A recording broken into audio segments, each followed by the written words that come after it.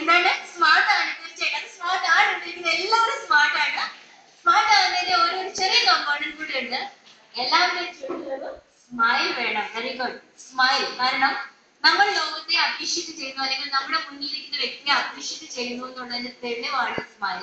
പിന്നെ ലോകത്ത് ഏത് രാജ്യത്ത് ചെന്നാലും മറ്റൊരു ഭാഷ അറിയില്ലെങ്കിലും കമ്മ്യൂണിക്കേറ്റ് ചെയ്യാൻ പറ്റുന്ന ഒരേ ഒരു യൂണിവേഴ്സൽ ലാംഗ്വേജ് ആണ് സ്മൈൽ. അപ്പൊ നാറ്റ്കോണിന് ചെന്നാൽ ഒരു ലാംഗ്വേജ് അറിയില്ലെങ്കിലും പ്രശ്നമൊന്നുമില്ല.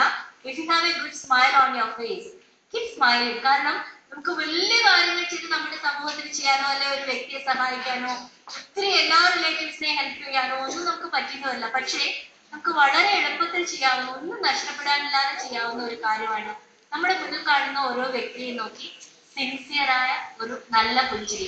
അത് ചുണ്ടിൽ നിന്ന് മാത്രമല്ല വരേണ്ടത്, കണ്ണിൽ നിന്ന് വരണം, മനസ്സിൽ നിന്ന് വരണം, ജീവിതത്തിൽ നിന്നുണ്ടാകുന്ന നല്ല പുഞ്ചിരി. അതിന് ബെസ്റ്റ് എക്സാമ്പിൾസ് ഇവിടെ കുറെ പേരുണ്ട്. എല്ലാവരും പ്രാക്ടീസ് ചെയ്യുക, ഓൾ മെമ്പേഴ്സ്. കാരണം ദശത്തിൽ നമ്മുടെ നേതാക്കന്മാർ, പൊളിറ്റിക്കൽ ലീഡേഴ്സിനൊക്കെ ചിരി ചുണ്ടിൽ മാത്രമേ വരുള്ളൂ ഫോട്ടോസ്, മറ്റൊന്നിലും വരാറില്ല. അതിന് പകരം മനസ്സിൽ നിന്നുള്ള ചിരി, അത് ജീവിതത്തിലേക്ക് കൊണ്ടുവരുമ്പോൾ നിങ്ങൾ റോയൽസ് ആകും.